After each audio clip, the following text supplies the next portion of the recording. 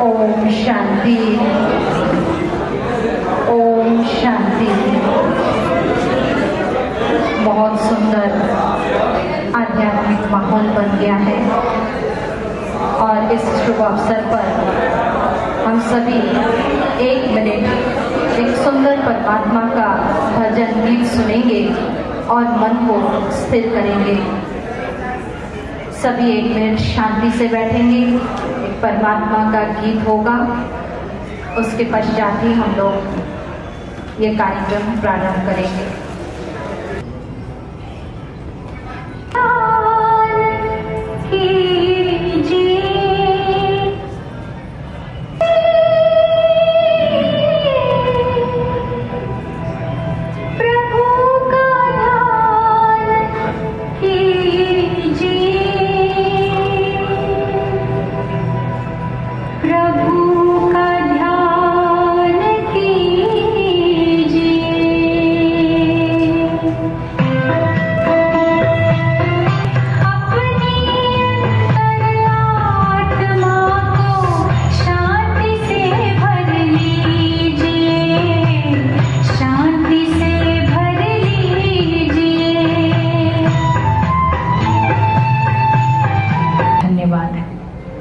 प्रजापिता ब्रह्मा कुमारी ईश्वरीय विश्वविद्यालय एक अनोखा विद्यालय है जहां हमें स्व का परिचय और उस परम पिता परमात्मा का सत्य परिचय प्राप्त होता है, जिससे जीवन में सुख शांति संपन्नता भरपूरता, संसार में शांति, मन में शांति, विश्व में शांति स्थापित होती है।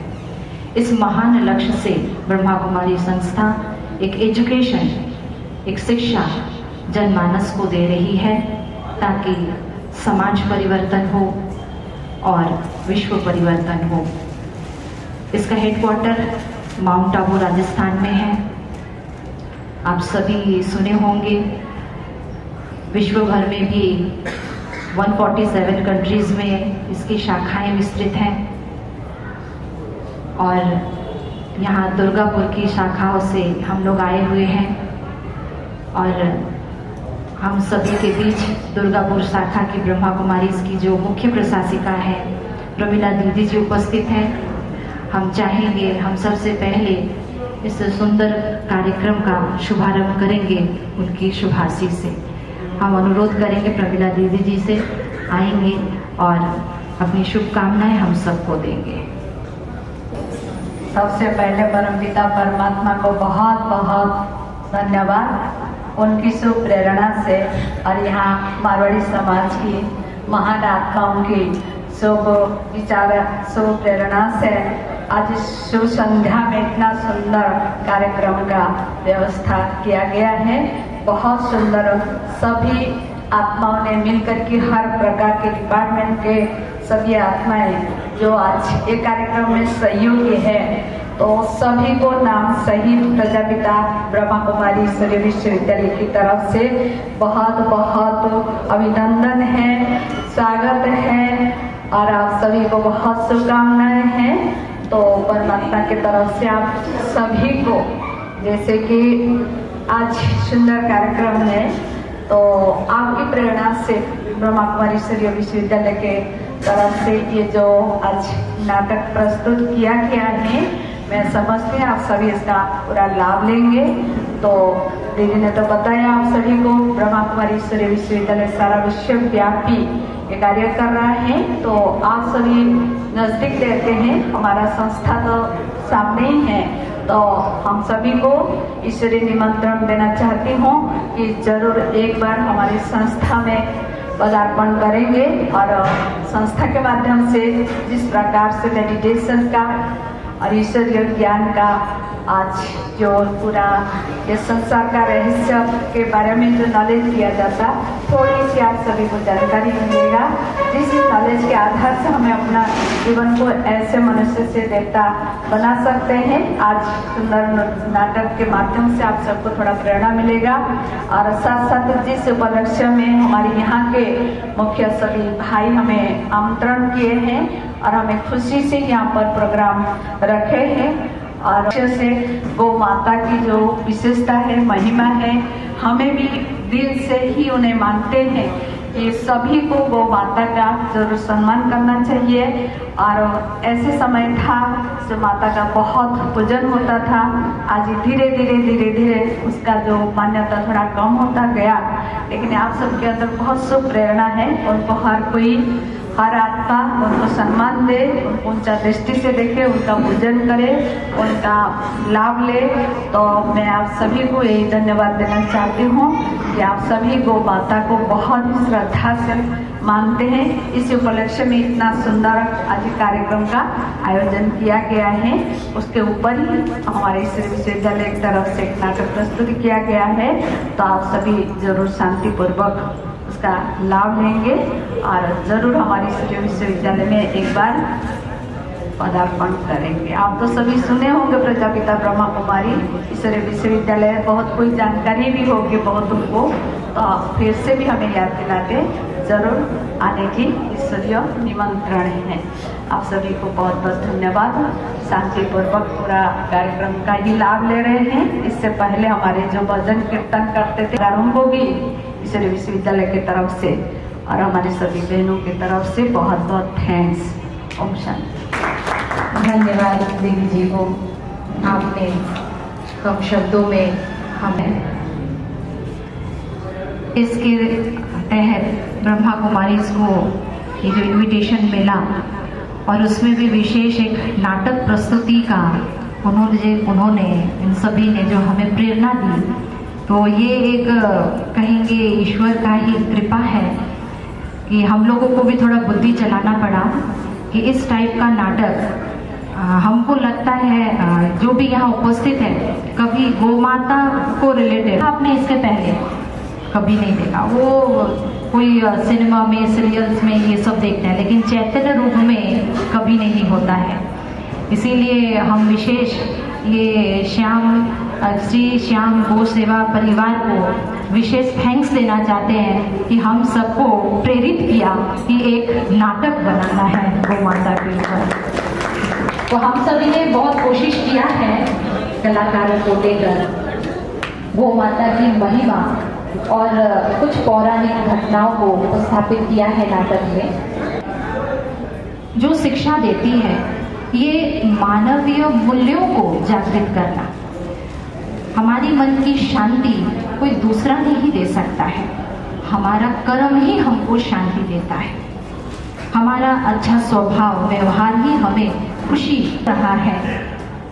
मनुष्य बहुत शक्तिहीन नैतिकता गौ माता की आराधना करना, इसमें हम सबको कहीं ना कहीं पहले खुद की स्वरूप की आराधना करनी आवश्यक है। गौ माता की आराधना तभी यथार्थ हो पाएगी जब हम पहले खुद को जानेंगे, दूसरे मनुष्य आत्माओं को सम्मान दे सकेंगे, दूसरे को भी हम अच्छा मान सकेंगे और इस संसार में परमात्मा की जो सुंदर सृष्टि है सिर्फ वो माता नहीं, साथ साथ सभी प्रकार के पशु पक्षी पेड़ पौधे सबके प्रति हमारा एक दायित्व या कर्तव्य है, क्योंकि सभी से हम ले रहे हैं। आज गौ माता को भी माता क्यों कहा जाता है? सभी बातें हम मनुष्य आत्माओं में भी है और गौ माता में भी है। और एक निस्वार्थ भावना इस संसार को अगर कोई पकड़ के रखा है, इस संसार को अभी भी अगर कोई पालना दे रही है, वो है माँ की दुआ। जो निस्वार्थ है, बच्चा कैसा भी है कुछ भी करे, लेकिन माँ हमेशा माफ कर देती है, माँ हमेशा स्नेह प्यार ही देती है। तो जैसे गौ माता और हर प्रकार से गौ माता की सोचे कि श्वास में भी कहते हैं गौ माता का जो श्वास है वो भी पेड़ पौधा कहिए कि फूल देखिए, हर चीज कितना सुंदर परमात्मा ने बनाया है। और हम मनुष्य आत्माएं परमात्मा की सर्वोच्च सृष्टि है, लेकिन आज खुशी की हम महसूस करना चाहते हैं, जो परमात्मा का आशीर्वाद हम प्राप्त करना चाहते हैं वो नहीं कर पा रहे हैं। इसीलिए ये आध्यात्मिकता हमें सिखाती है सबसे पहले हमें स्व की पहचान चाहिए। मैं कौन हूँ? मैं एक शांत स्वरूप आत्मा हूँ, मैं एक आत्मा हूँ। के लिए खुद को शाबाशी देंगे, सभी हाथ ऐसे आगे करेंगे। कोई आपको महान बोले ना, खुद को अवश्य मानिए, खुद को शाबाशी दीजिए कि मैं कौन हूँ। तो ये पॉजिटिविटी में कहते हैं नर में नारायण होता है और नारी में लक्ष्मी का वास, और ये साकार करने का अभी समय है। कर्म से ही संसार चलता है, इसलिए ब्रह्मा कुमारी में ये माना जाता है घर गृहस्थ में रहते हर एक कार्य को ही हमें योग में परिवर्तित करना है। भोजन बनाना ये भी एक तपस्या है। माताएं भोजन बनाते हैं शुद्ध मन से। ऐसे बहुत सारी बातें परमात्मा हमें सिखा रहे हैं। देखना, बोलना, हम गुस्सा में कुछ भी बोल देते हैं, बाद में रियलाइज करते हैं किसी को अच्छा नहीं लगता। प्रधान इस संसार में, संसार त्यागने की बात नहीं, को रोटी खिलाना हो या उसकी सफाई हो। आज माता वो बोल नहीं सकती है, तो हम अपना, तो कहीं ना कहीं मनुष्य अपने लोभ में, अपने स्वार्थ में इतना डूब गया है कि पशु प्राणियों के ऊपर अत्याचार हो रहे हैं। आज ये गौ से उनकी सेवा करेंगे।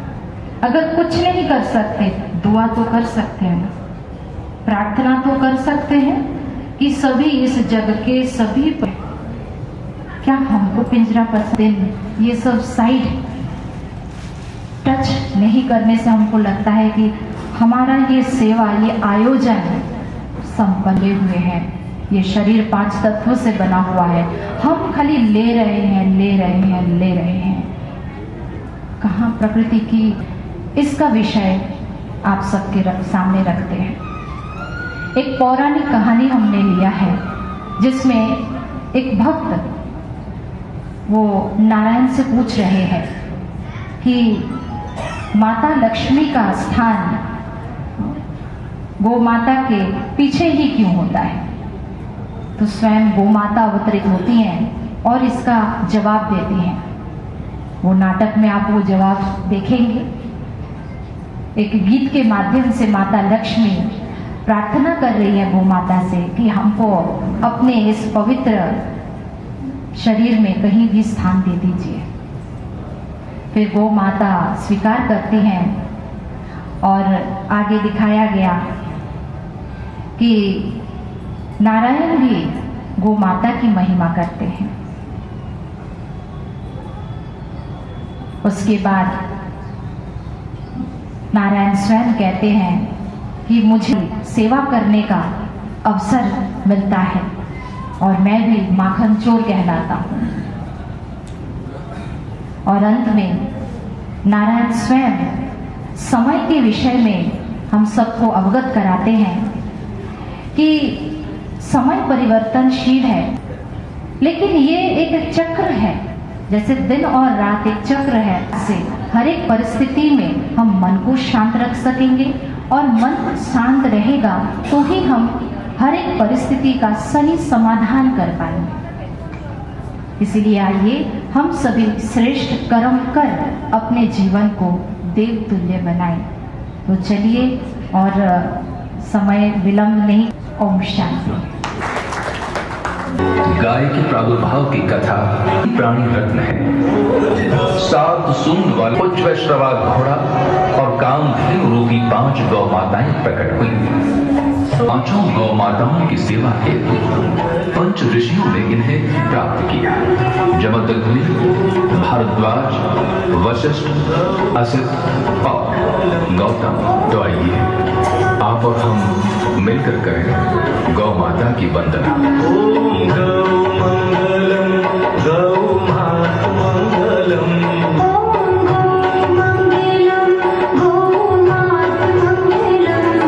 माता लक्ष्मी का वास मां कामधेनु के पिछले भाग में ही क्यों? मैं बताती हूँ। जब मैं साकार रूप में कामधेनु बनकर अवतरित हुई तब सभी देवी देवता मुझ में स्थान ग्रहण करने आए।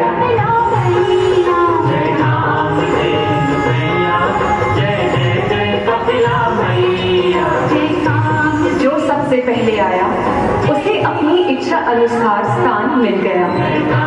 मेरे इस कामधेनु अवतार के सींगों के जड़ों में सदैव प्रजापति ब्रह्मा और महाविष्णु प्रतिष्ठित होते हैं। सींगों के अग्र भाग में सभी चराचर और तीर्थ स्थित हैं। मध्य भाग में स्वयं महादेव, ललाट में गौरी, नासिका में कार्तिकेय और आंखों में सूर्य और चंद्र स्थित है। खुरों में सरस्वती और इसके गंध स्थलों में यम और यक्ष का वास होता है।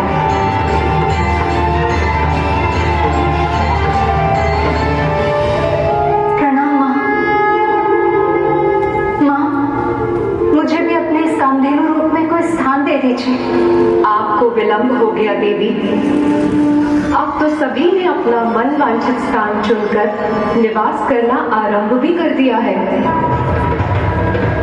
कोई तो उपाय होगा, मुझे कहीं भी कोई भी स्थान दे दीजिए। मैं तैयार हूँ माँ। माँ, मैं आपके साथ निवास करना चाहती हूँ।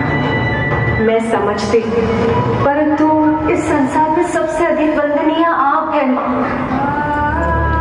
यदि आज आपने मेरा अनादर किया तो सृष्टि में कभी भी कोई मुझे सम्मान नहीं देगा।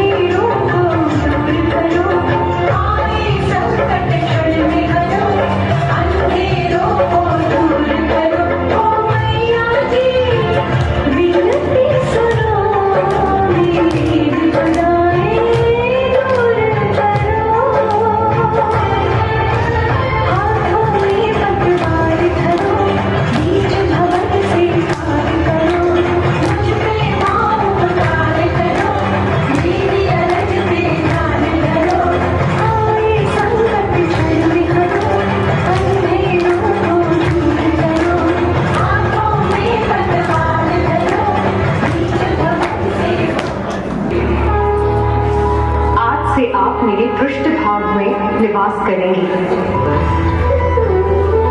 मेरे मूत्र और गोबर को भी शुभ माना जाता है और अब आपके निवास के कारण ये मनुष्यों के लिए और भी अधिक हितकारी होगा।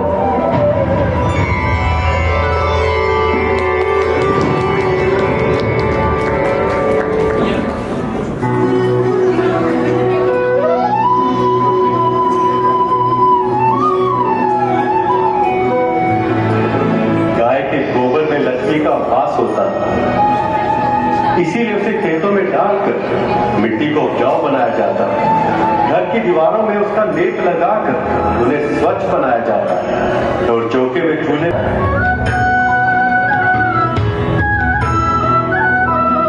गाय के गोबर से बने कंडे हवन की समिधा बनते और गौमूत्र अनेक रोगों का नाश कर देता।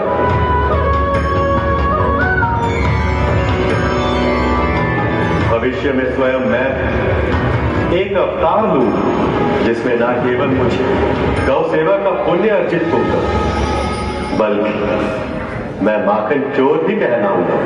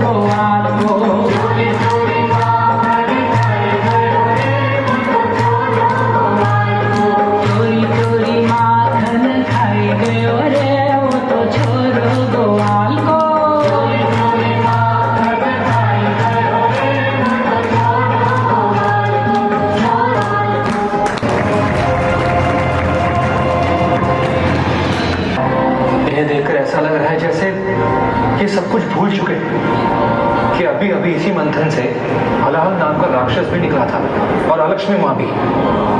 यही तो इस जीवन का आनंद है। सुख आते ही मनुष्य का मन चंचल हो जाता है और फिर वो अपने सभी दुख भूल जाता है। और ये भी कि ये सुख ही मनुष्य का मन चंचल हो जाता है और फिर वो अपने सभी दुख भूल जाता है। और ये भी कि ये सुख भी उतना क्षणिक है जितना दुख था।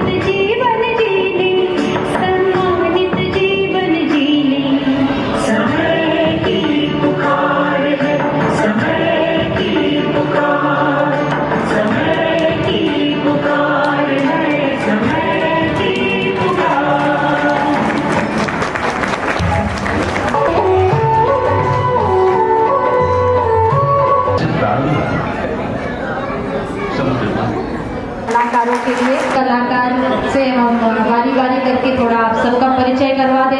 श्याम गौ सेवा परिवार के सभी सदस्य को हम ईश्वरीय एक सौगात भेंट करना चाहते हैं। ये नारायण के भक्त नारायण, लक्ष्मी और राधे कृष्ण और हमारी छोटी बहन सभी एक एक करके अपना परिचय देंगे। আমি 15 বছর আজকে আপনারা দেখলেন আমি এখানে মা লক্ষ্মীর ভূমিকায় অভিনয় করলাম। আজকে বেশি কিছু বলবো না, এটুকুই বলবো আমাদের এই অবস্থায় আপনারা আসুন, জীবনটাকে অন্য একটা অ্যাঙ্গেল থেকে দেখতে পারবেন। আজকে প্রতিটা ঘরে ঘরে নানা রকম প্রবলেম নিয়ে আমরা চলছি, সেগুলো শক্তি চাই। এই নেগেটিভ দুনিয়া থেকে নিজেদেরকে আলাদা করে একটু পজিটিভিটির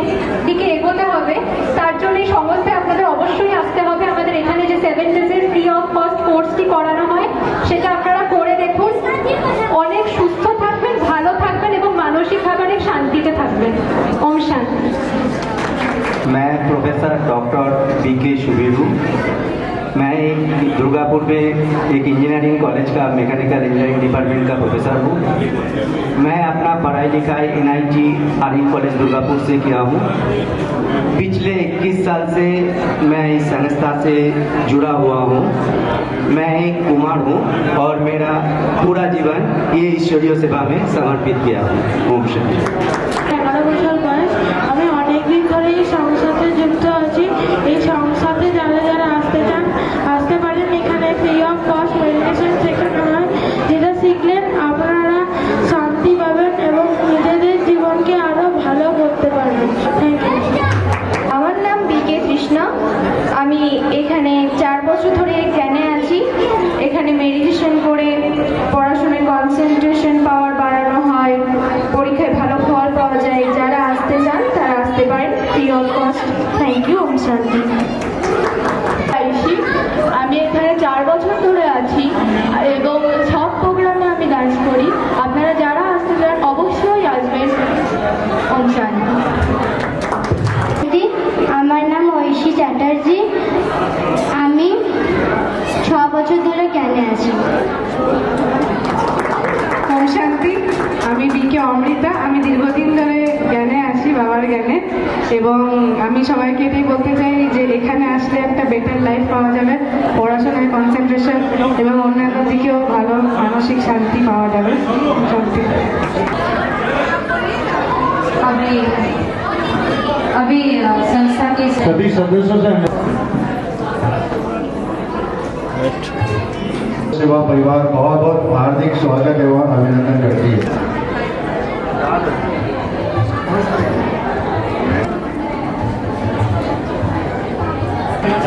प्रजा को धन्यवाद देता हूं जिन्होंने हमारी संस्था को बीके परमाता दीदी को दुपट्टा उड़ा के कौन है। इसके बाद हम भजनों का कार्यक्रम करेंगे। इससे सभी से प्रार्थना कोई ना जाए। जोरदार तालियां। बीके संस्था में हमारा बीच उपस्थित है। मैं उनका श्याम गौसेवा परिवार की तरफ से स्वागत करता हूँ। शिकरिया को